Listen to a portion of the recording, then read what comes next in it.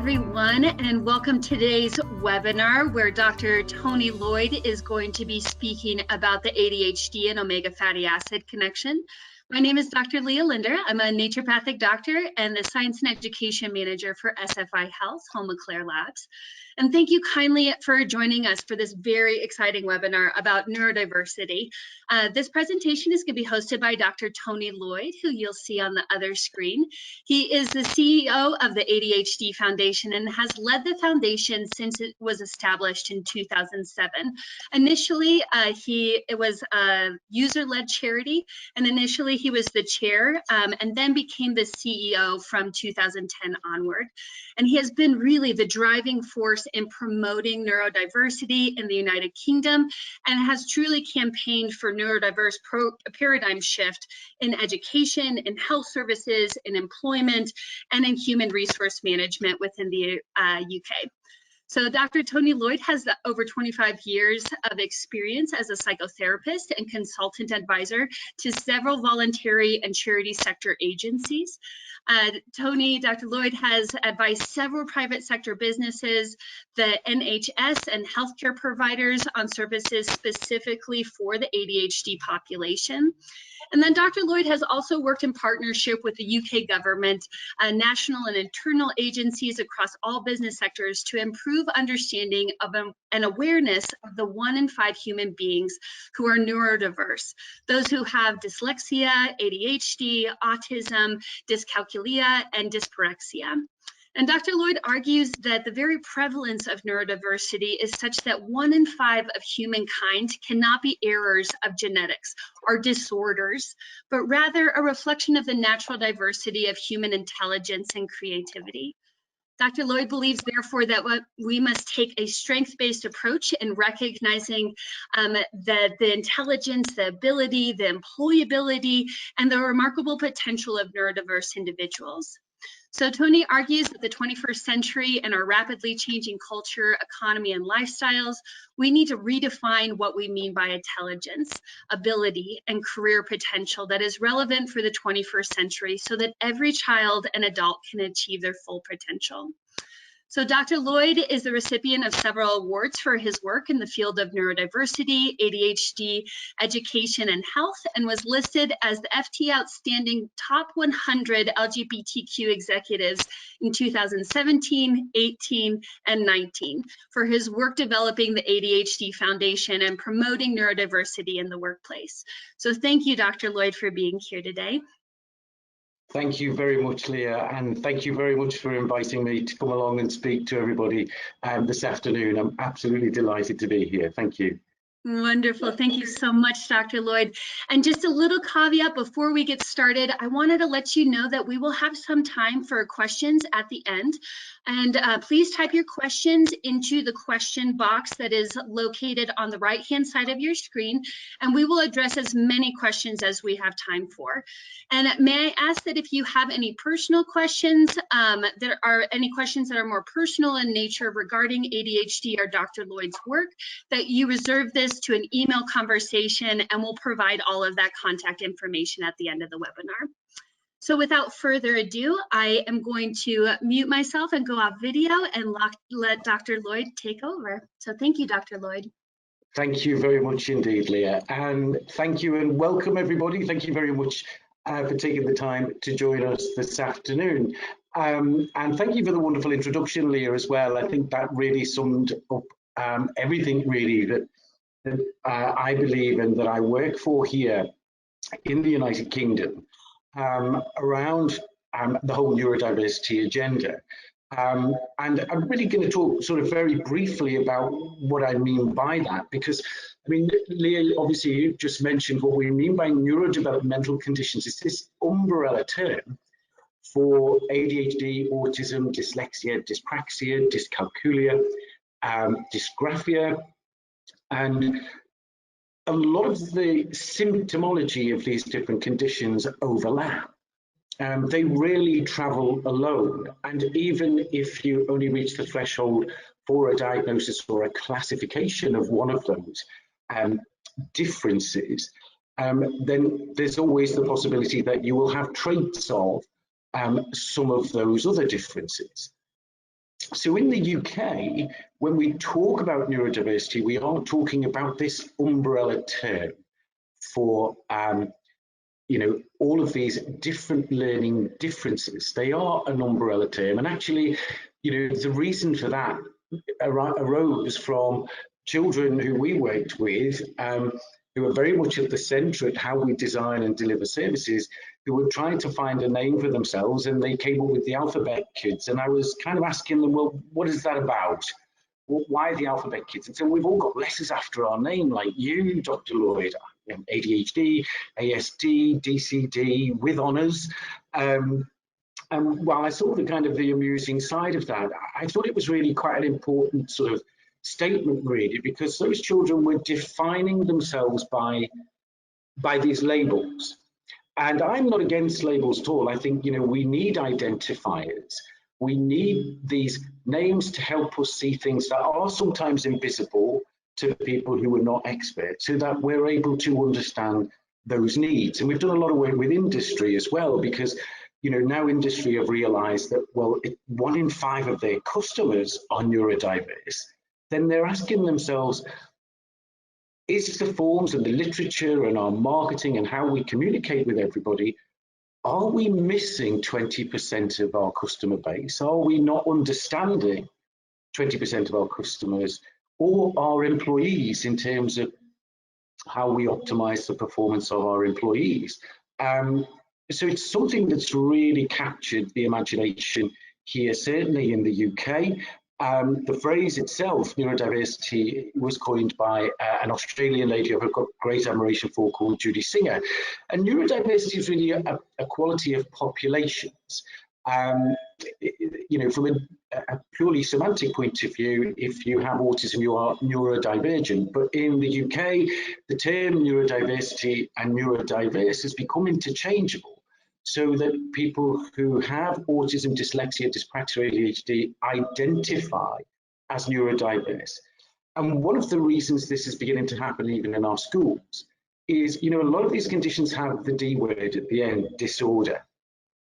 And the question we have to ask ourselves is, in medical language, we know that the word disorder is the definition for anybody who has a health condition that impairs the quality of their life to such an extent that they require medical intervention. And there is no doubt that these differences or conditions can be very impairing. So of that, there is no dispute. However, what we have learned in terms of the neuroscience over the past few decades is that there is a great deal more to understanding how the brain works than we ever realized. And what we've also begun to realize is that, yes, these people have brains and nervous systems that are structurally and functionally different from the 80% majority neurotypical. But when we designed our educational system in the 19th century, where we lined children up behind desks and told them they had to sit still and couldn't move, and even those who were left-handed were made to write with their right hand, we've moved on a long way in terms of what we understand about human intelligence and the unique cognitive profile of every human being on this planet. There are 7 billion of us, and not one of us looks alike or sounds alike. We are all a unique creation. And if 20% of humankind, as Leah rightly pointed out, have one of these different types of minds, then we have to ask ourselves the question from an evolutionary perspective. If 20% of all human beings are neurodiverse, then should we really be thinking of them as disordered? Should we really be thinking of them as genetics, errors of genetics? And it's raised an awful lot of really important questions for us. And it's particularly important for parents, it's particularly important for clinicians, particularly important for educators working with children and young people. Because what we've seen is an escalation of young people who have either autism, ADHD, dyslexia, dyspraxia, etc., saying, don't tell me I am not intelligent. Don't say that I am low ability. I am intelligent and I have got ability and I have got potential. The way you measure my intelligence and ability in school is not necessarily representative or a good representation of my ability, intelligence, and potential? So that raises questions for us, doesn't it, about our expectations and about, this age-old belief we have that children become what we tell them they are.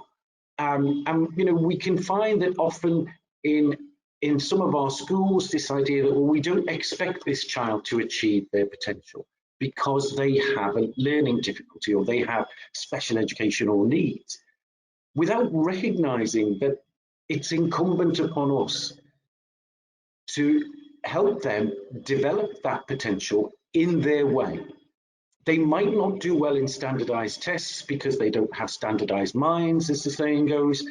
And what we've seen, particularly in industry, and this is where I think a lot of the major tech companies in the States, like Apple, Google, Microsoft, and increasingly engineering companies, bioscience companies, who have actively recruited neurodiverse employees over the past 2 decades because they recognize something in those people that our education system often does not recognize in terms of their intelligence, ability, and potential. And industry will inevitably lead the way here because we have to think about, well, what is education for? Education is about developing young human beings so that they can thrive, learn, achieve their potential, make a successful transition into adulthood, and grow up to be responsible citizens who have a strong sense of community, who know how to form relationships, both intimate relationships in terms of family life, and also relationships in the workplace. So we know that it doesn't matter how many letters you have after your name, you might be an expert in one thing, but it doesn't make you an expert in everything. And I think when we look at our education system, we have to remember that just because a child has a particular ability in one area of the curriculum, it doesn't mean to say they're going to be successful in every area of the curriculum. And this is where I think things like IQ tests, really we need to be thinking more broadly about the different types of intelligence and ability and how we develop those, not just in our children, but also in our employees, and also in terms of how we meet the needs of our customers or the people who use our health services, for example. So it is about a strength-based approach. It is about emphasizing all the things that children and young people and adults can do rather than what they can't do. It's moving away from this deficit-based model that I've heard many teachers say to me that, a lot of children with these learning differences or special educational needs develop a learned helplessness. The premise is, well, I don't know how to do this. I'm not very intelligent. And, crucial to this is, this fundamental thing about human beings where, the genetic imperative in all of us is relationship driven. When we're born, we genetically, instinctively attach to a primary caregiver, which is usually mum and sometimes dad, but both ultimately. It is essential for our survival. We all know that even the children of parents who have neglected them, those children will still run to those parents when they're upset or when they've fallen over and cut their knee, because they're genetically programmed to do so. We are a social species. We do have to live in relationship with others, and it begins in the family when we learn to eat with a knife and fork, to say please and thank you, to give mummy and daddy a kiss goodnight. And then as we go through school, different social groups, the baseball team, the football team, the hockey team, the reading club, whatever it is, we adapt so that we can belong in these social groups, and that's really quite important. But when you're a child starting school at 5 years of age, you don't know that you have a learning difference. You don't know that you might have a neurological developmental delay. And you can be sat next to other children in your class and you're wondering why they find something really easy and you don't. And the best analogy I can use here is, for those of you who wear glasses like me, if somebody took your glasses away from you, would you be able to do your job? If you were starting school now with a visual impairment like you have now, and you couldn't see what the teacher was writing on the board, You couldn't read the information that you were given on paper-based resources or on media screens. How would you know that the reason you can't see them is not because you're lacking in intelligence or ability, it's because your brain works slightly differently than 80% of your class friends? And until somebody helps you identify that you have this different mind, and that, like glasses, give you something that will reduce that impairment, whether it's assistive technology, medication, a whole range of healthy lifestyle choices. So for example, if you had diabetes, you would know that there are lots of things that you need to do to stay healthy and aware. Then of course, you're going to adapt your lifestyle. You're going to make choices that reduce the impact of that impairment or that difference in order for you to achieve your potential. And it's so important that we're able to identify children early and make sure that we put the right support in place. Neurodiversity is not about an anti-medical model, because I am not anti-medical model at all. And it's not about, well, this is about a social theory of disability where it's always about the context that defines your disability. Really, it is somewhere in the middle there. It's at that intersection where we say, okay, we recognize that there are differences, we recognize that they're impairing, but let's not further disable people. Let's identify that need and enable, because our understanding of the brain, our understanding of what we need to do in terms of parenting, education, nutrition, medicine if it's called for, daily exercise, all those other healthy lifestyle choices, then we give people the knowledge to understand themselves and the responsibility to be able to make the right choices in order for them to thrive and be happy and achieve their potential. So part of our issue really is we have an 18th century concept of intelligence and ability that was often based on what you could remember from knowledge that you've been given, that you were tested on at the end of the year. We all know that that's not intelligence. That's about having a great memory. And in the 21st century, with so much information at our hands, in the form of a smartphone, then it's having a fantastic memory as important as it was in the 18th century. The context has changed.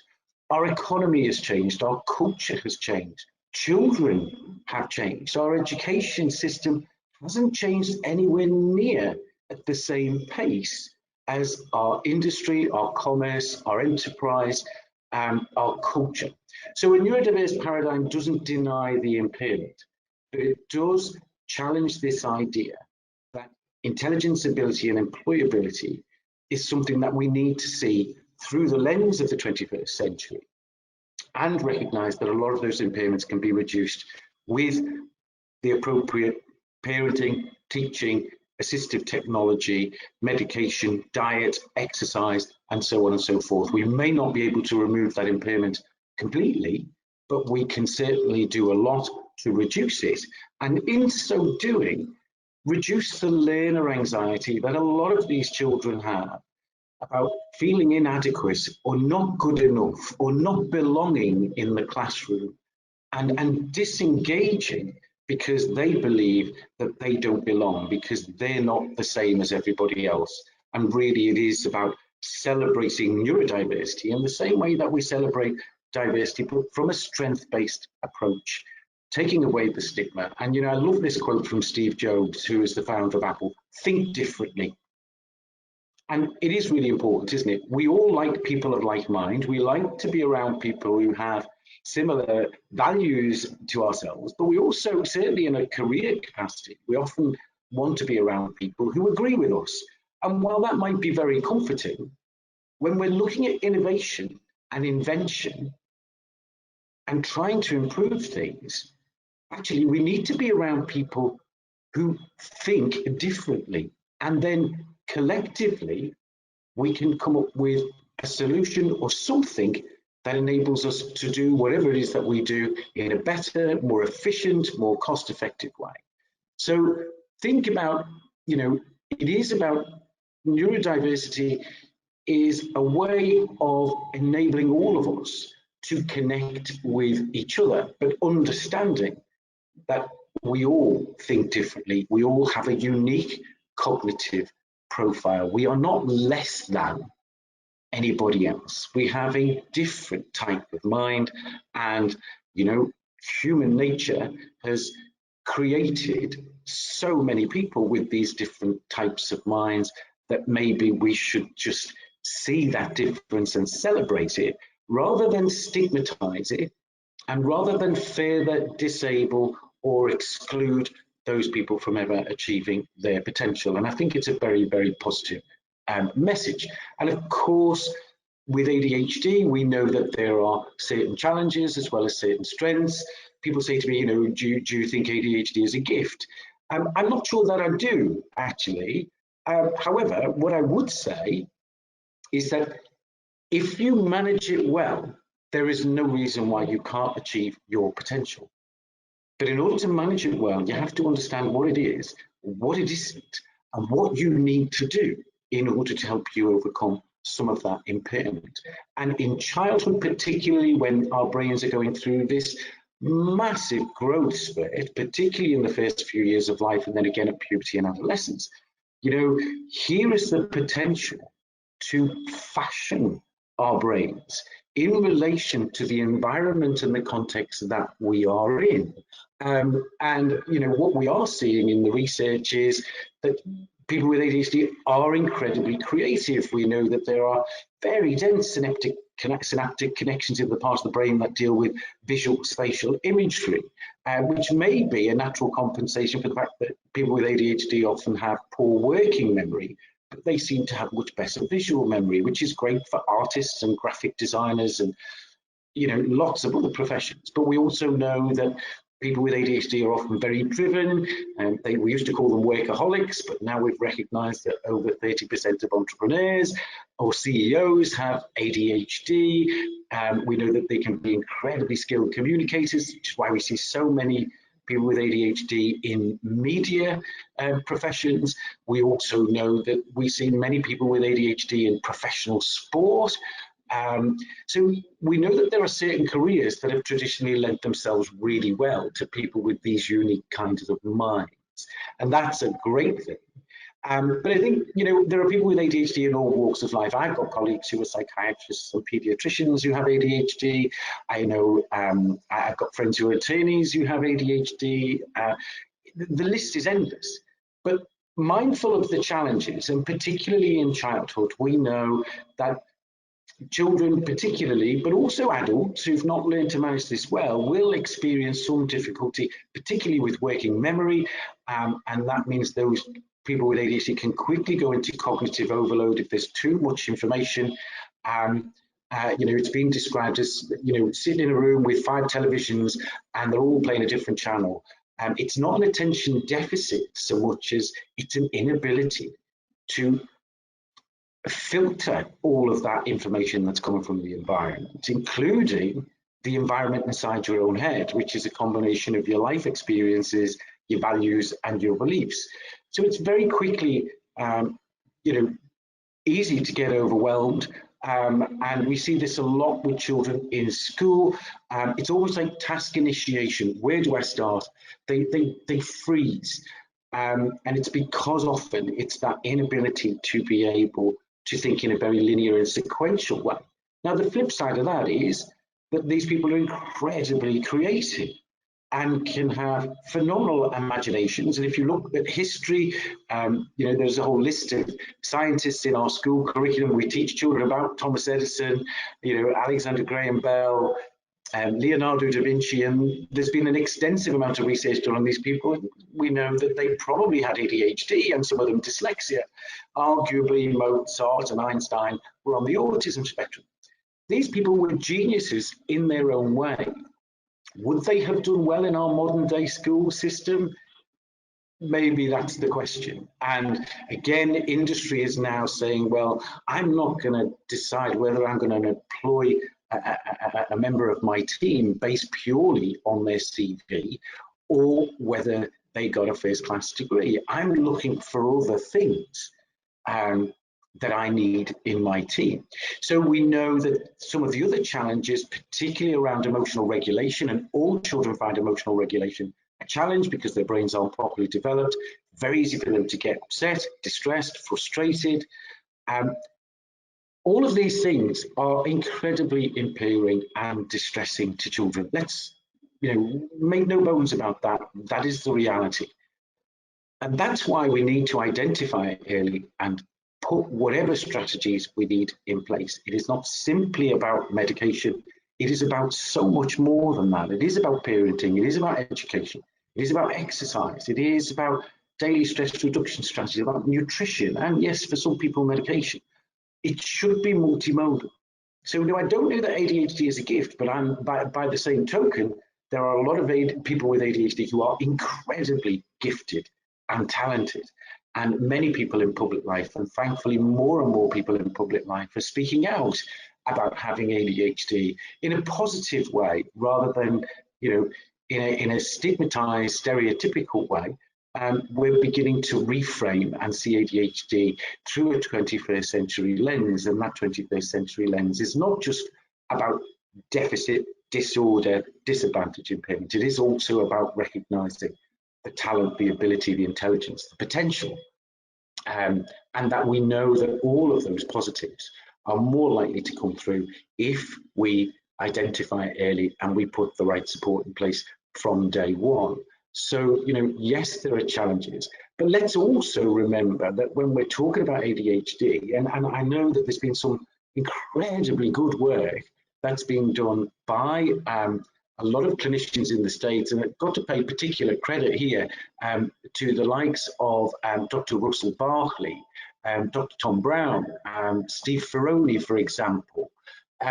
All of those people, for me, are outstanding examples of how we've been able to research and better understand how ADHD can affect somebody.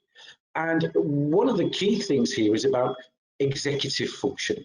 And I do get worried sometimes that there are an awful lot of our educators and teachers who don't know what executive functioning is.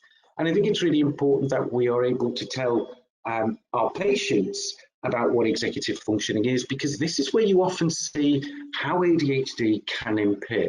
So if you look at this particular graphic, we know that emotional and impulse control are sort of delayed and more difficult in children with ADHD. We know that mind wandering and not being able to maintain or sustain attention and concentration.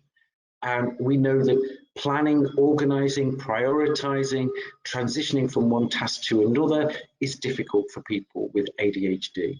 That self-monitoring, working memory, that ability to use our hindsight to inform our decision-making and our foresight in order for us to be able to imagine the consequences of our words, actions, etc. All of these things are significant impairments for people with ADHD. But here's the interesting point. In young children who don't have very well developed brains, and remember in ADHD there is this developmental delay of 2 or 3 years, and for some, certainly adolescents, that developmental delay might be a bit longer. We're not just talking about an immaturity here.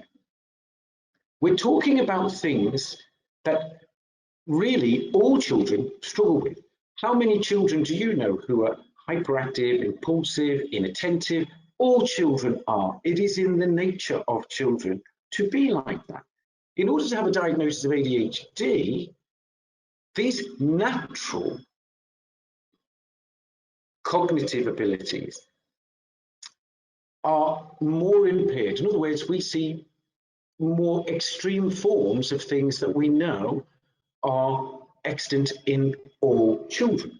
So we know that impulse and emotional regulation is a challenge for most children, because particularly the frontal lobe, which is our, if you like, the executive of our brain that brings everything together, that enables us to make choices, decisions, understand information from our environment, assimilate it with our own experience.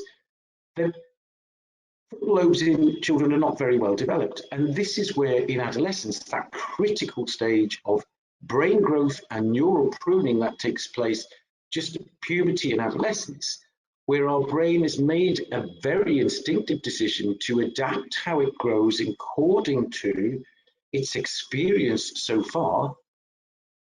And if we've not learned a musical instrument by the time we reached our early teens, then our ability to learn a musical instrument is some of it is lost, because our brain will focus its development on those areas of the brain, those functions, those capacities that it recognizes that it needs based on its life experience so far.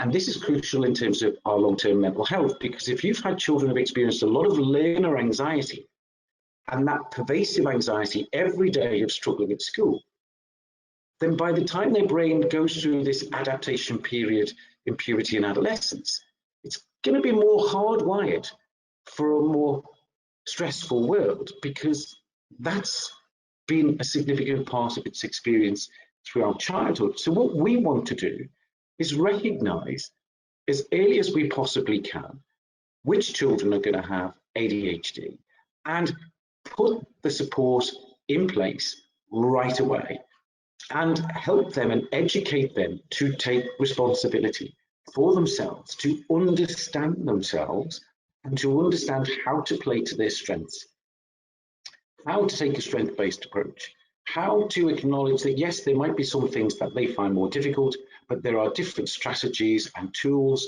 that they can use that will help reduce some of that impairment. Certainly executive functioning is considered by some to be the key kind of presentation of ADHD. So let me just move on to the next slide. What we're saying in terms of ADHD in the context of neurodiversity is we need a world with people who are neurodiverse. The world is a better place for people, for everyone, if there are people with ADHD in it. There are a lot of very famous celebrities who are out there now, whether they're TV personalities, sports personalities, software engineers, structural engineers, scientists, teachers. The world is a better place.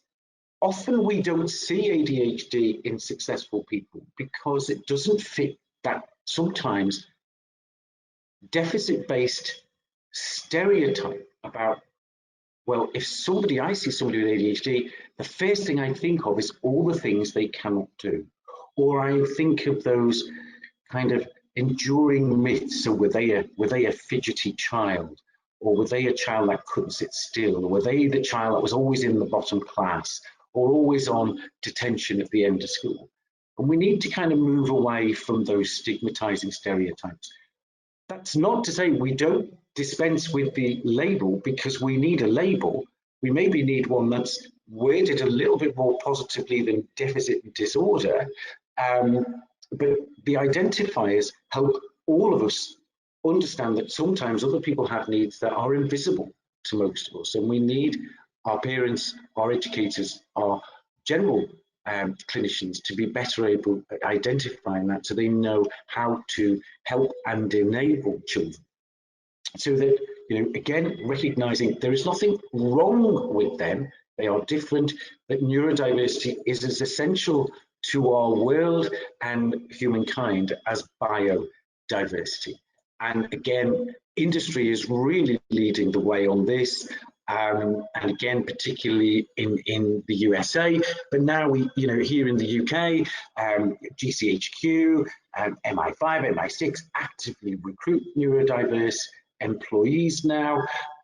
Even some of our big city banking firms are actively recruiting neurodiverse employees because they recognize that they are bringing something to the organization that isn't there, and they know that it gives them a competitive edge. It makes their businesses more innovative and creative and enterprising, and therefore more successful and more profitable.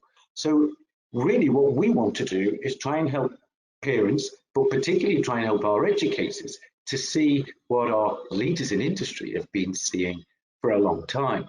And, again, it raises the question, doesn't it? I mean, this survey that was undertaken in the US, 35% of entrepreneurs have either dyslexia or ADHD.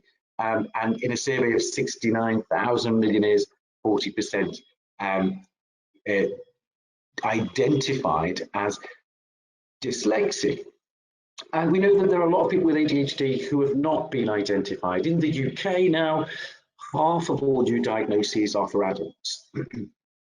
There are many adults who've struggled, particularly a lot of adults with dyslexia, because we know that dyslexia very frequently co-occurs with ADHD, who've grown up thinking that they were less intelligent or less able.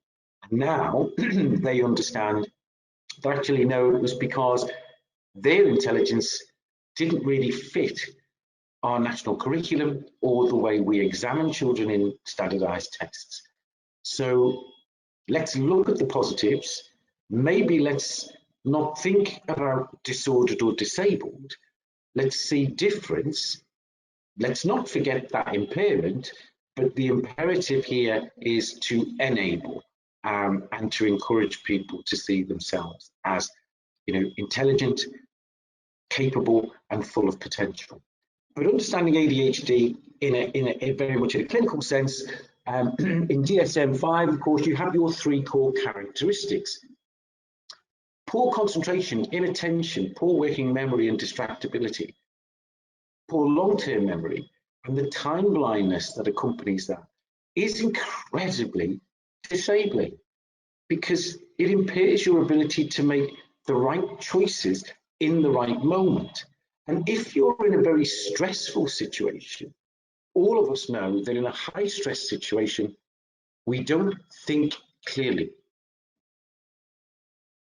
So for children in school and for students, in their teens and at college, we want to reduce learner anxiety and the impact of learner anxiety on our emotional well-being and mental health. So inattention is a key issue. Impulsivity of thought, word, action, and emotional regulation is also a challenge in ADHD, as is hyperactivity. But here's the thing, hyperactivity is the least impairing of those 3 core conditions, and you have to have at least 2 elements of these core characteristics to have a diagnosis of ADHD. A lot of people still use the term ADD, which is without the hyperactive component. But we know that actually there's some fluidity in this, because even if you're not physically hyperactive, certainly as many adults with ADHD are not, that doesn't mean to say that you don't have a hyperactive mind. So, and for many of you with ADHD who've really struggled with sleep, you'll understand what I'm talking about here.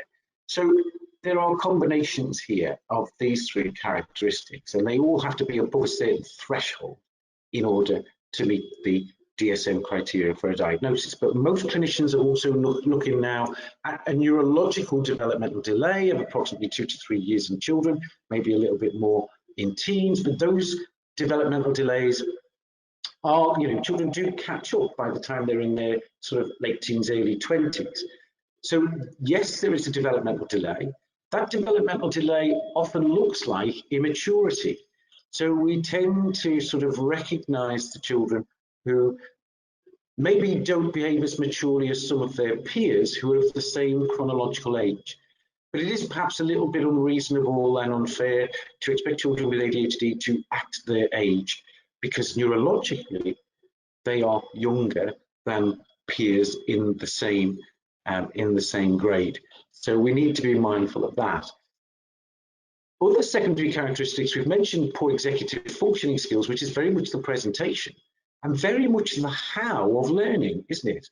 But low emotional resilience is also another factor that a lot of clinicians consider with ADHD. We know that rejection sensitivity is acute in people with ADHD, and particularly children. And then, of course, 40% of those with ADHD also have dyslexia. Between 26 and 29% of those with ADHD also have secondary autism. And then we also see, again, similar kind of ratios in the region of about 5 to 10% of things like dyspraxia, dyscalculia, and anywhere between 1 and 2%. We can further confuse things, especially if those are the kind of learning differences are sub-threshold to meet the criteria for a second or third diagnosis. So we do need to educate parents, we need to educate our educators, we need to educate our general medical practitioners who aren't specialists to be able to see this and to recognize that actually ADHD is presenting uniquely in every individual, but also particularly as well in girls who we often miss. And even here in the UK, where diagnostic prevalence is much lower than the US, because we're missing girls, because in our education system, we are only seeing the hyperactive boys. We're not seeing the girls who present it in a slightly different way, who are more likely to be labeled chatterboxes or daydreamers, you know, who are polite and courteous and less abrupt than boys. So, you know, we tend not to notice them, we tend to miss them. Here in the UK, most of the patients that I come into contact with who are female for a diagnosis are presenting at a much later stage than boys. They're coming to us at 15, 16 years of age. Why? Because at that stage, they started to present with anxiety, depression, eating disorders, all of which are stress responses in many respects to undiagnosed, unmanaged, unsupported ADHD. So there are core characteristics. We should really try and avoid this linear concept of mild, moderate, and severe. And how I like to explain this is if you can think of the human brain as a graphic equalizer that has hundreds of these slides that you can move up and down, which on a music system will change the sound and how the music comes out of the speakers. If you think of your brain and your cognitive, your neurocognitive capacity and your mind as a graphic equalizer, then we know that genetically some of those slide controls are going to be fixed in certain points. But a lot of those other slide controls will actually be movable dependent on the environment and the context you're in at that particular moment and the cumulative impact of your environment as you were growing up. So then we start thinking about a whole spectrum of variation that, you know, defies a very rigid definition. So think of it as a dimensional and spectrum condition as opposed to a linear, mild, moderate, and severe. And through, again, this kaleidoscope of all these other neurodevelopmental conditions that frequently co-occur. One thing we do know is that ADHD is by and large genetic. We know that the brains of people with ADHD are structurally and functionally different. We know that the synthesis and utility, particularly of a neurotransmitter called dopamine and another called noradrenaline, norepinephrine, that these, the synthesis and utility and metabolism of these neurotransmitters is different in people with ADHD. And you know, again, this idea of fidgety children, you know, a lot of people don't realize, and I always have great fun telling teachers who find fidgety children distracting, but I'm explaining to them that actually the body's natural way of producing and metabolizing dopamine, which is one of the neurotransmitters that helps you concentrate and learn and remember and plays a role in motivation, that the body's natural way of improving how we produce and use dopamine is through movement. It is no accident that so many successful professional sportsmen and women have ADHD. They do, in effect, self-medicate through exercise. And many of them, particularly when their sports careers are ended and they are less active, that's when they start to find ADHD much more impairing because they are not doing that self-medicating exercise for several hours a day. So we know that there are very specific differences, and we know that these differences impact on our physical and mental health and our cognitive functioning in different ways. The World Health Organization says the global prevalence for ADHD is about 5.26%. The global adult prevalence is about 2.8%. What do we mean by that? Do you grow out of ADHD after childhood? No, you don't. ADHD is something that you have across the lifespan. When we say that prevalence in adults is less, what we're saying here is that most people with ADHD, by the time they've reached adulthood, have learned to understand themselves, learned how to play to their strengths, have chosen careers and professions and hobbies that represent those areas where they are really strong. They naturally gravitate in a strength-based way to those kinds of activities and jobs and roles that they are good at, which then reduces a lot of the anxiety that goes with ADHD. So, it's not that you cease to have ADHD, but in adulthood, for many people, they learn how to manage it best, how to play to their strengths. In the USA, ADHD is much more prevalent in the region of about 11% of school-age children, that's 6.1 million children in the USA who have ADHD.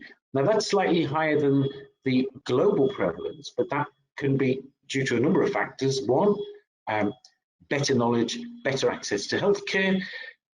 But some people have also suggested that part of that might be the fact that because America is full of people who are creative, inventive, that many of the people who migrated to America over the last 2 centuries had what was called the adventurer gene.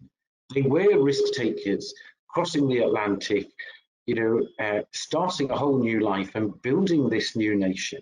Of course, they would have been adventurers and innovators and risk takers, and that may account for why we have a slightly higher prevalence of ADHD in the United States. And again, we know in the United States that prevalence in adulthood persists at around 50%. But that doesn't mean to say that those people have grown out of ADHD. Again, it's just about they've adapted their lifestyle. But we do know that ADHD diagnosis is growing faster in the UK and in the USA among adults, 4 times faster, in fact, because there are many adults who, having been reluctant to identify as ADHD because they didn't identify with this negative stereotype, this deficit, this naughty child, or whatever myths that have endured. But then in adulthood, now that we're understanding it better, now that we're taking away the stigma, people are being able to be more honest with themselves and go, do you know, I've really struggled with this all of my life. And I'm recognizing now that, yeah, I've lived with ADHD all my life.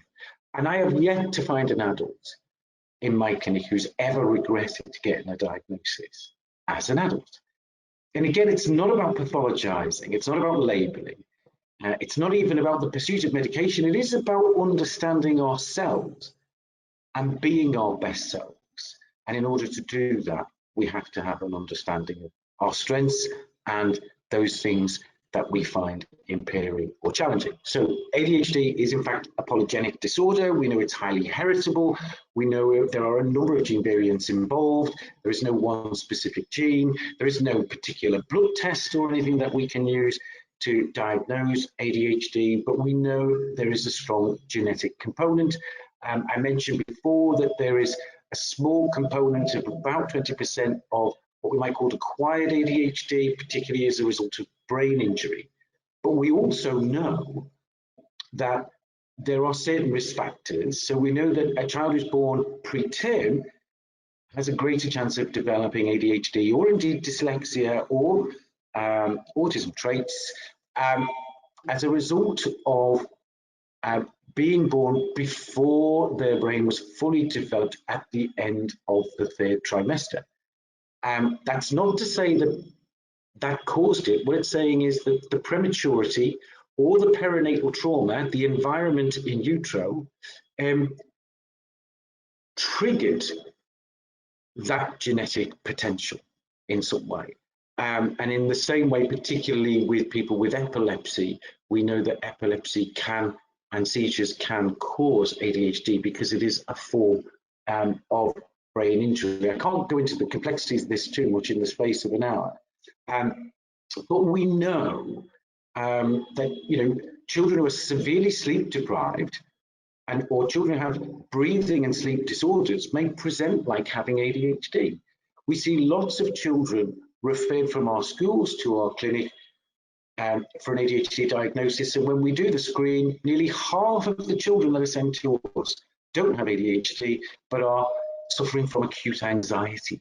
And when we are anxious, whether we're a child or an adult, when we are anxious, we are forgetful, we find it difficult to concentrate, we can be agitated, we can be easily upset, we can find it difficult to sleep, we can find it difficult to plan and organize our thoughts or initiate a task.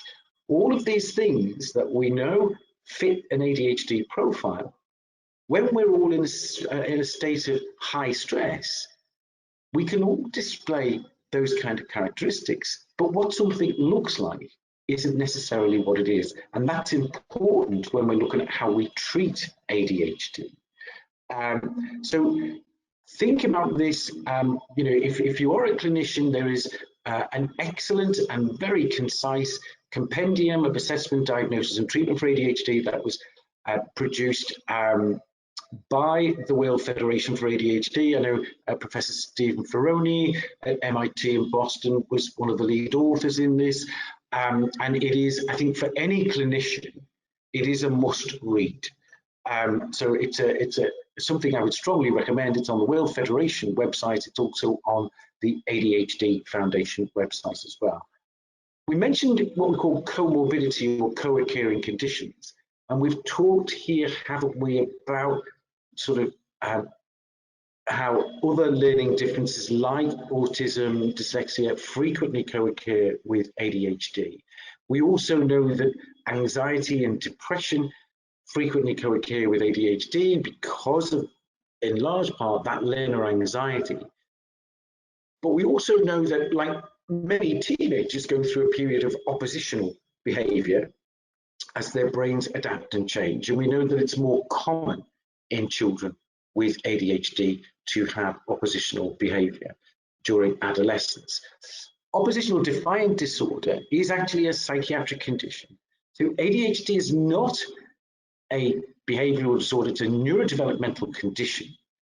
But some psychiatric conditions can co-occur, particularly if ADHD is not identified in childhood and not supported and treated correctly, and therefore potentially the adult is at greater risk of developing mental health problems, such as depression, anxiety, even bipolar disorder, obsessive compulsive disorder, and addictions particularly, whether it's substance misuse, self-medicating with cannabis, alcohol, etc., even things like gambling, those kind of addictions that is something that an ADHD neurology is predisposed to. And again, it's important, if we know and understand what it is, we can make responsible, informed choices about how we support our children's health, well-being, behaviours, and lifestyle choices.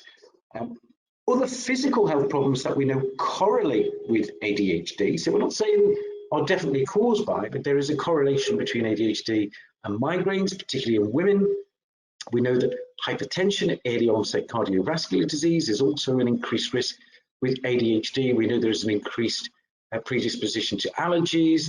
There's a lot of research now being done around the correlation between eating disorders, particularly overeating and ADHD, and of course, overeating and obesity can then put you at risk of diabetes. So again, this is another reason why we need to move beyond a very narrow view of ADHD as being about children who can't stop fidgeting, or who don't know how to behave in class. How do we assess and diagnose ADHD? We use observational questionnaires like Connor scales. But remember, I've just said that sometimes what looks like ADHD isn't ADHD. We know that children who are suffering from acute anxiety will display behaviors that look like ADHD because children often don't have the self-awareness or the language skills to be able to articulate or even assimilate to themselves why they are feeling distressed, and how it's affecting them and their behaviour. So in the UK, the gold standard now is to use computer-based cognitive functioning tests like a QB test, which gives us a cognitive profile. And then we look at the cognitive profile and we look at the observational rating scales. And what we see is, well, this is the cognitive profile, but this is the presentation. And that has implications for how we treat ADHD, because I might have a child here who scores very high for inattentiveness, but is doing much better at school than a child who has a cognitive profile where their inattentiveness is not so poor. So what's happening here? And then we find out that actually that child has developed learning strategies, that school has put appropriate learning strategies in place, they are achieving better at school, they are having less learner anxiety. So we know that the environmental factors are influencing the presentation of ADHD. So computer-based quantitative objective cognitive profiling alongside behavioural and observational rating scales, I think, is really important. Some really interesting stats here for the USA, and they're available on a website which I would highly recommend. It's funded by the CDC, which is the attitudemag.com website, a wonderful resource of information for everybody here. But here you can see how in the US, approximately a third of children receive medication and things like cognitive behavioural therapy, psychoeducation, and about a third are using medication only, and about 15% are just using behavioural interventions only, and then there are 15% who are not having any support. And then again, if you look at the other stats, you can see how different types of interventions are used. ADHD medication, like methylphenidate, has had a bit of a bad press, really, but from a pharmacological point of view, the effect size is 0.9. It's actually really effective and does what it does, but that's not to say it's right for everybody. It is not a neurological El Dorado. It is not a morality pill that teaches children how to behave and make the right choices. Treatment must be multimodal, and nutritional support is key, as is good sort of exercise, daily exercise, good sleep, daily habitual stress reduction strategies. We know that there are vitamin D and iron and zinc deficiencies in people with ADHD. And we also know that people with ADHD have a neurology that it makes it difficult for them to metabolize fatty acids. And this is really important because our brain is made up of 60% fatty acids.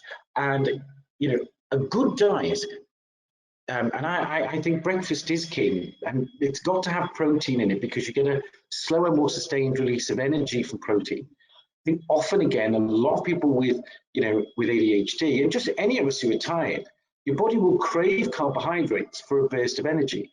But if your diet is primarily carbohydrates, it's going to affect your mood, your physical health, and indeed your weight. So we know that blood sugar, we know that other aspects of cognitive functioning, as well as physical well-being and mood, are all affected by the nutrition that we have. And with omega-3 and omega-6 fatty acids, commonly as well, more found in fish oils, but some plant-based sources. And we know from amount of research that's been done over 20 years that these are particularly good in supporting brain development in everybody, in all children, but particularly, they are particularly efficacious for children and young people with ADHD, and also that used as an adjunct to methylphenidate, sort of stimulant pharmacological medication, that seems to optimize that medication. And if you look at this particular graph here, you can see that the ability of the brain, or the ability of people with ADHD to metabolize fatty acids and balance those fatty acids appropriately is actually not as good as it is in the rest of the population. So, we need to look at how we can supplement that in a way that's going to optimize brain function and brain development in children. And, again, the scientific evidence here is really quite sort of not just, I mean, it's as clear as day, really, but I think from an observable point of view in the patients that I've worked with, I see a noticeable difference. How does this occur? Because we know that there are specific genes or specific genetic differences found in many people with ADHD that actually reduces the functional efficiency of enzymes that act as a sort of a rate-limiting kind of step for fatty acid metabolism. FAD1 and FAD2 genes in particular, in that hot region of the 11th chromosome that we know is key in ADHD genetic profiles. We know that the genes code for desaturase enzymes like delta 5 and delta 6 that convert essential fatty acids into long-chain polyunsaturated fatty acids are not as efficient in an ADHD neurology. And also, of course, the different alleles can result in different forms of these enzymes that are less efficient at processing omega fatty acids. So I mean, this is a point as well, really, I think, where I'd really like to bring in my colleague Leah, who's an expert in nutrition, particularly, and has studied the impact of omega-3 and 6 on nutrition, and particularly on ADHD extensively. So Leah, would you be prepared to join me for a quick discussion here? I unmute myself, I think that would be easier. So yeah, absolutely. Absolutely. Hi, Leah, how are you?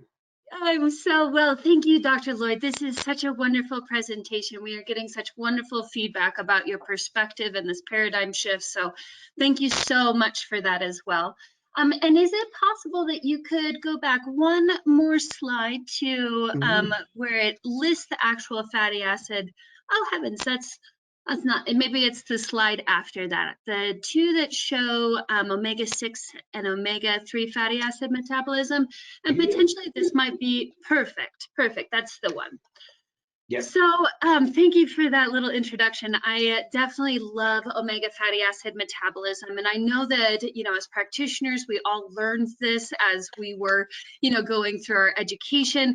But I can say that it's something that I've learned a lot more about. And there's a lot of different nuances in there as well. So what we see here is a schematic of both omega-3 and omega-6 fatty acid metabolism, which is the process that converts these short chain omega fatty acids that we get from our food into the bioactive long chain polyunsaturated fatty acids, such as EPA or arachidonic acid, labeled here as AA. And what I'd like to draw your eye to here is that the FADS1 and FADS2 genes, these guys are going to code for the delta 5 and delta 6 desaturase enzymes respectively. And in all individuals, these are the rate limiting steps of fatty acid metabolism, meaning that these are the slowest steps in the process, and they really do determine the overall speed of converting those short chain fatty acids into long chain polyunsaturated fatty acids. And as Dr. Lloyd pointed out in the previous slide, many individuals with ADHD have genetic variances or SNPs in the genes that code for these desaturase enzymes, which can further reduce the efficiency or speed within these rate limiting steps. And so what this boils down to is that these individual inborn variances in fatty acid metabolism can contribute to omega fatty acid deficiencies, which is often seen in those with ADHD.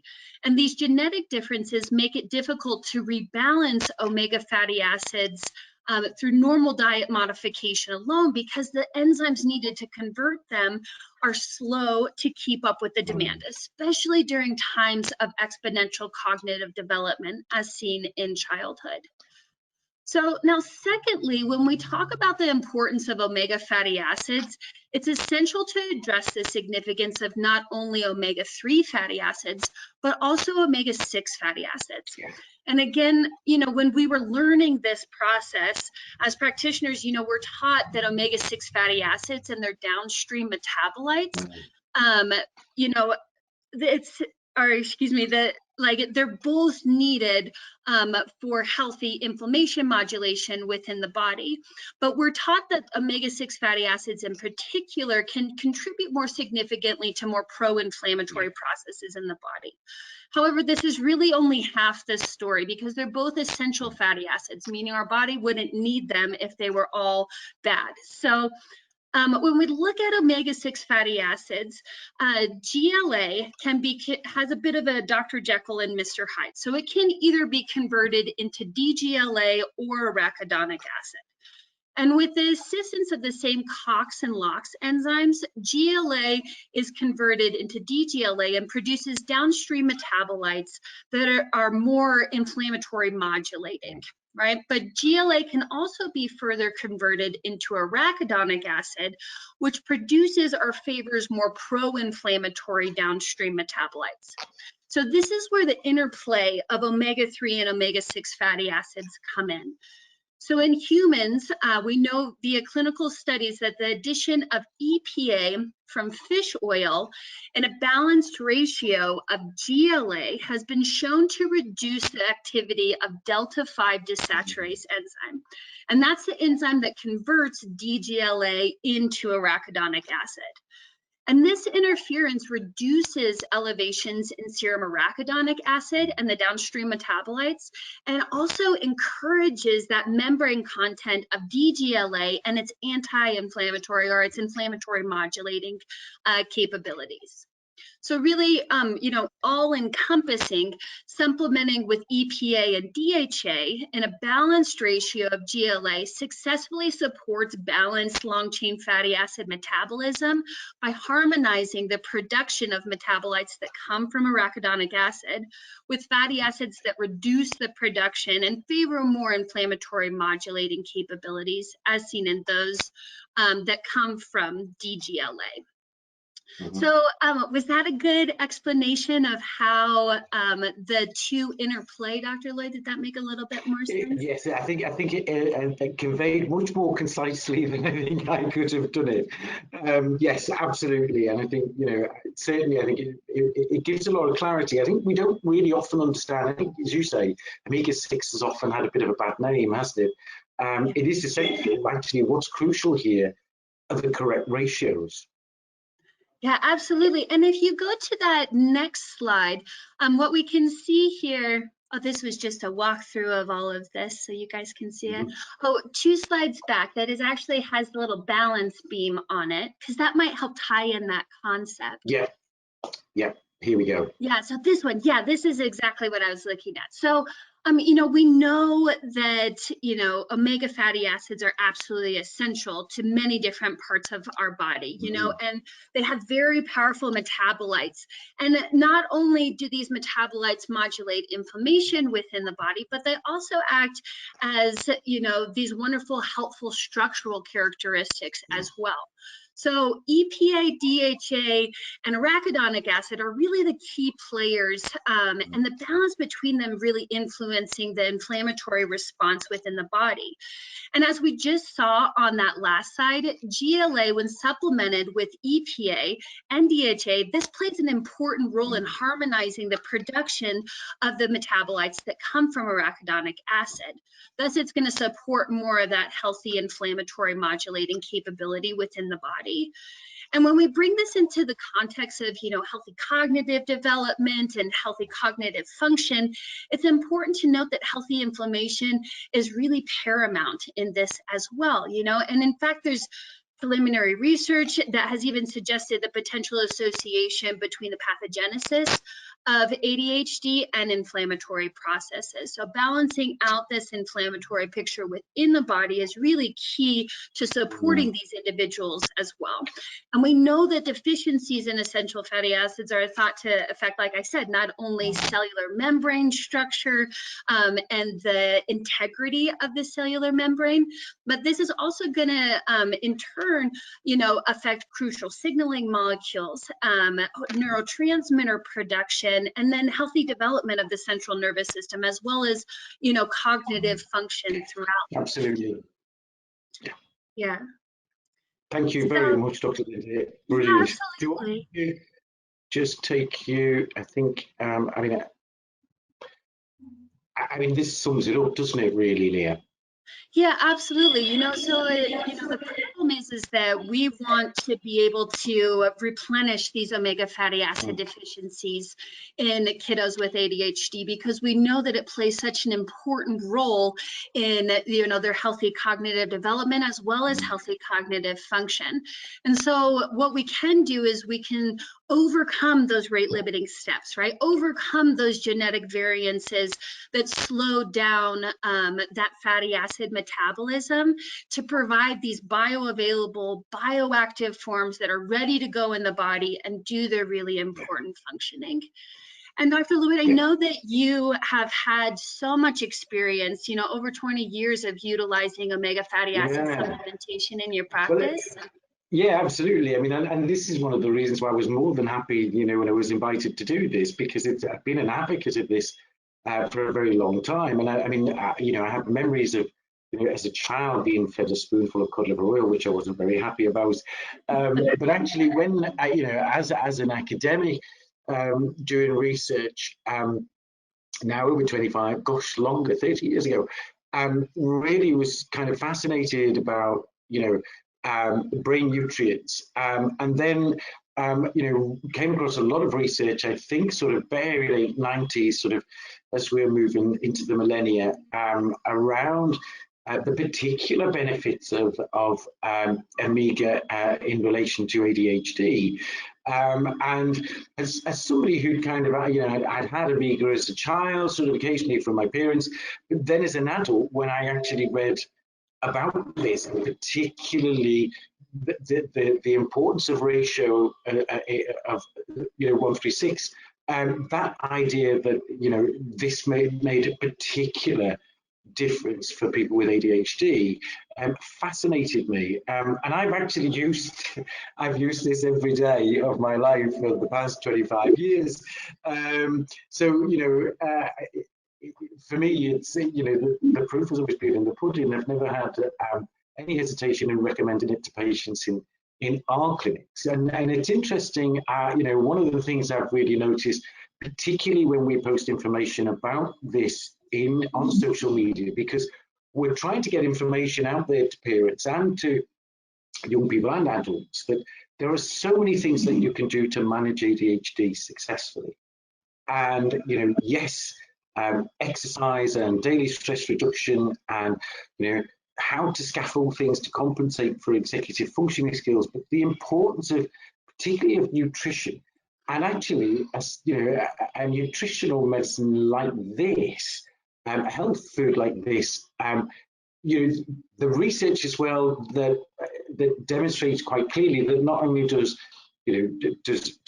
this kind of supplementation really help with people with ADHD when it's used as an adjunct to psychostimulant medication.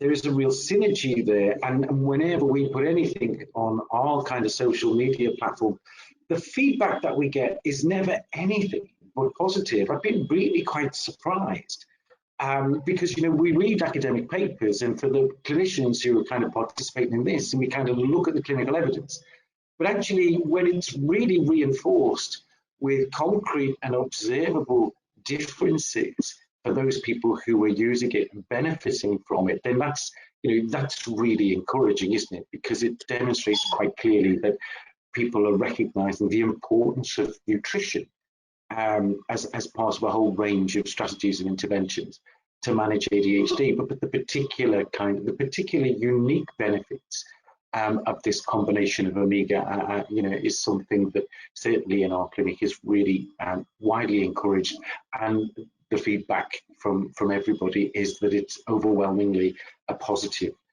thing, to use. Well, and just a tandem off of that, I think that this helps address one of the root causes of ADHD. We know how important omega fatty acids are. And so to be able to help rebalance those helps set the foundation of, these kiddos' cognitive development. Yeah, absolutely. And I mean, and again, this is the thing, isn't it? I think, the research is clear. We know that it improves cognitive functioning.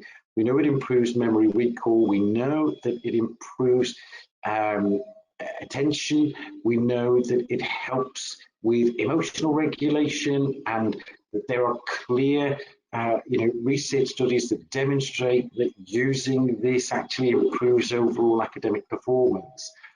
Really, it's so concrete. There's I don't think I need to persuade anybody. I think the evidence is crystal clear and has been there for quite some time.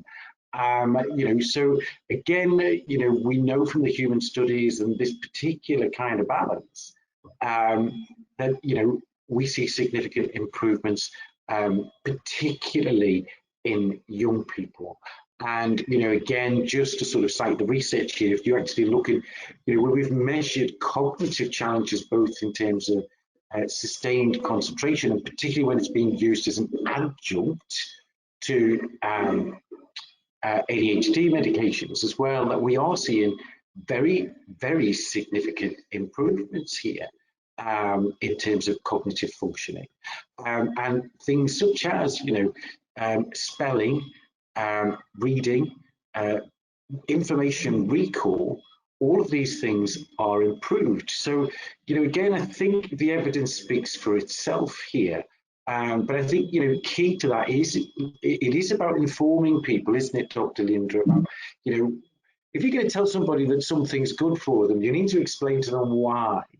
And I think you do need to kind of make that evidence really, really crystal clear here. And I think, there's no doubt, is there, that this is what the research is telling us, that we are seeing definite improvements in reading age and spelling age. Again, 3 times as much for reading, twice as much for spelling.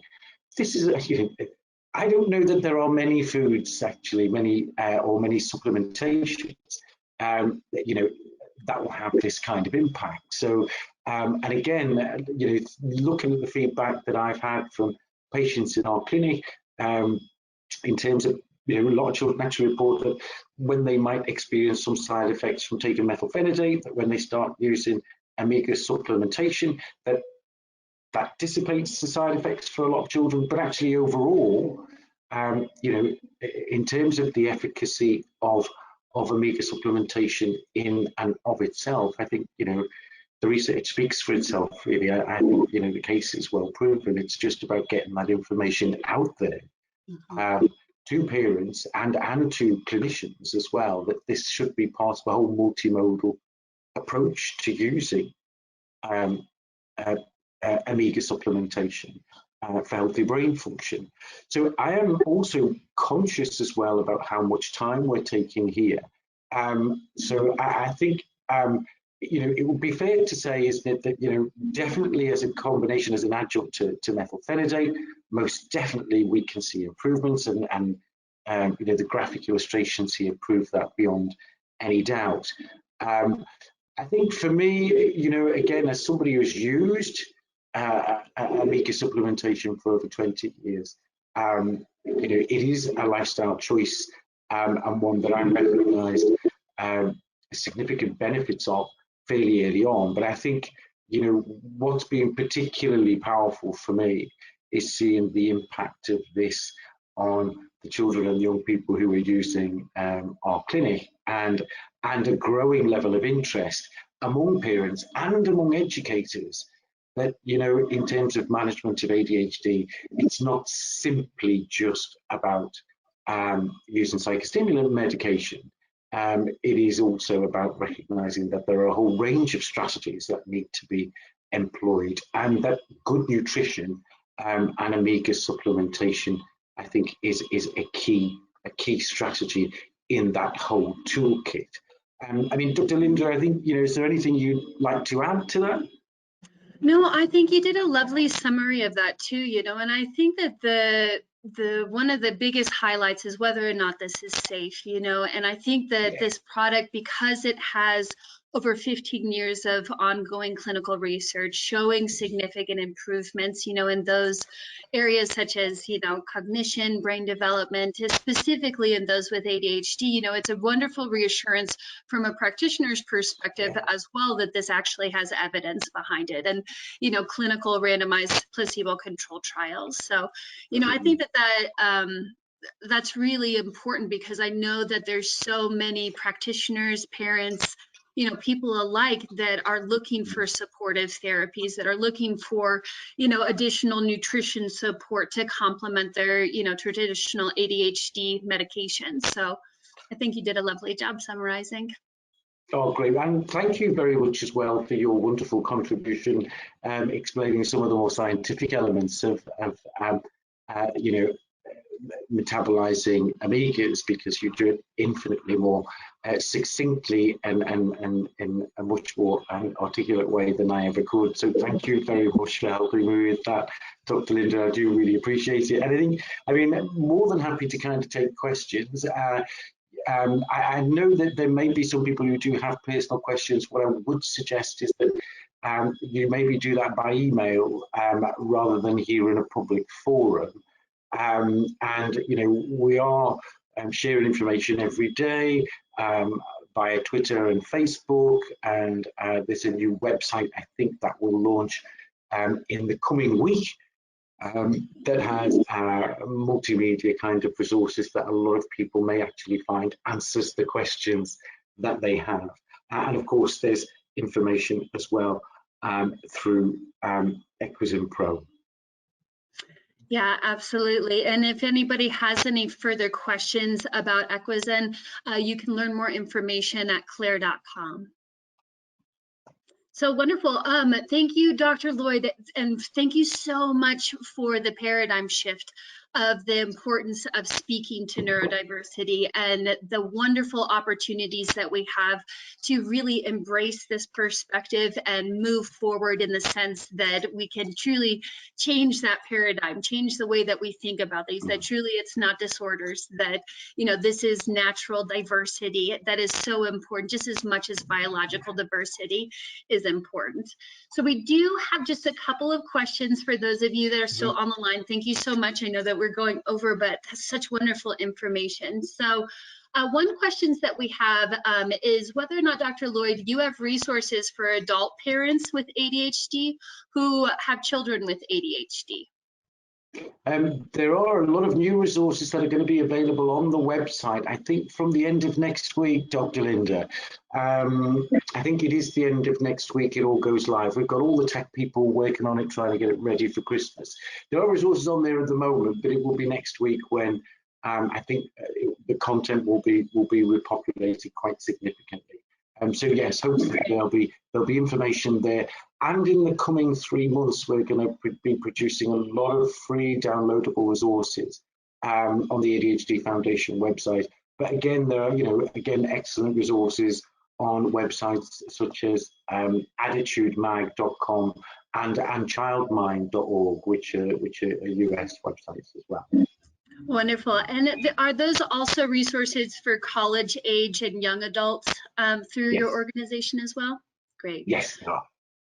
And then another question that we had come through is whether or not there was any genetic SNP relationships with ADHD. So I hope that question was answered with the FADS2 and FADS1 gene as far as those genetic SNPs, but just wanted to touch on that as well, because there are possible other genetic SNPs that are associated with ADHD, not one specifically links, but a couple of those are also associated with dopamine, specifically the dopamine, the DRD4 receptor gene, as well as the dopamine transporter gene, or DAT1. Are you familiar with any others that have come onto your radar over the last 30 years? I mean, there's a great deal, really, and I think we're finding out more and more. I think what we also know is that there's, as I say, such a wide number of gene variants. And we also know that there are certain, as you say, certain SNPs that link or correlate with certain other difficulties or health problems or cognitive difficulties. So I think, I'm not a geneticist, I think really I would defer to the likes of Professor Stephen Ferroni at MIT here, and people like Joel Nigg, and certainly in the UK, people like Professor Phil Asherson, but also the likes of Joseph Biederman as well, I think, who are far more expert in this particular field. And of course, it's something that, I mean, we're really only just beginning to understand this incredible kind of phenomenal world of the human genome. And certainly I'm kind of looking very closely at some of the work that's being done by the likes of Twist Bioscience in the USA, you know, in this field as well, trying to sort of identify, you know, what genes are in play, and also, you know, the environmental, the interplay between environment and genetic potential, because there's so much to this. I think we're really at the tip of the iceberg right now, but certainly I think the exponential speed at which we are learning about this, it's almost like what we knew 2 years ago is now obsolete. So, you know, I think, you know, I'd rather not comment on something that I'm certainly not an expert on when it comes to that particular field of research. It's so fast moving, but fascinating as well. Yes, Dr. Linda. Yeah, absolutely. I think that all of us that study genetics feel that way every single day, just learning more and more. And the paradigm does continue to shift day to day. Let's see what else we got in here. Also there was one mention as to, you know, this is produced and marketed and, you know, formulated specifically for children and adolescents. But in your practice, do you have any use of utilizing Equizin Pro in adults? Yes, we do, and actively encourage it. And in fact, most of the staff use it as well.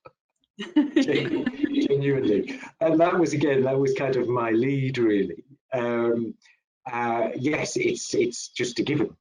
You know, I think, again, widely recognised that it's an important part of a whole regimen of self-care and self-management. So yeah, it's widely used by a lot of our adult patients as well as children and young people.